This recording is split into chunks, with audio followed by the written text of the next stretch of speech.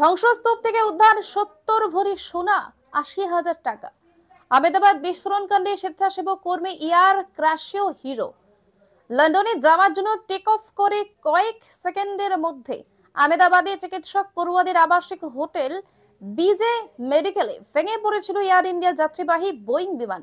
ঠিক সেই সময় পাশেই কয়েক মিনিটের দূরত্বে কাজ করছিলেন নির্মাণ ব্যবসায়ী 56 বছর বয়সী ব্যবসায়ী রাজু প্যাটেল।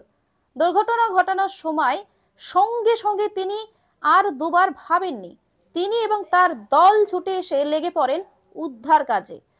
যদি কাউকে বাঁচানো যায়, এটাই ছিল তাৎক্ষণিক লক্ষ্য। ঘটনাস্থলে পৌঁছানোর পর কালো ধোঁয়া, দাউ দাউ করে জ্বলা আগুন, আহতদের মর্মান্তিক হাহাকার। একের পর এক জ্বলন্ত দগ্ধ দেহ দিয়ে যেন বিজে হস্টেল স্বাগত জানিয়েছিল উদ্ধারকারীদের।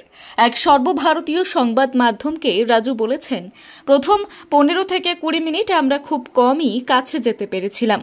আগুনের লেলিহান শিখা আমাদের জন্য বাধা হয়ে দাঁড়িয়েছিল।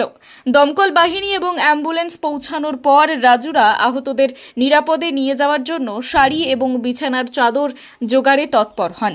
বিকেল 4টের দিকে তাৎক্ষণিক উদ্ধার অভিযান যখন প্রায় শেষের দিকে, তখন রাজু প্যাটেল এবং তার সহযোগীরা অন্য একটি কাজ করতে শুরু করেন।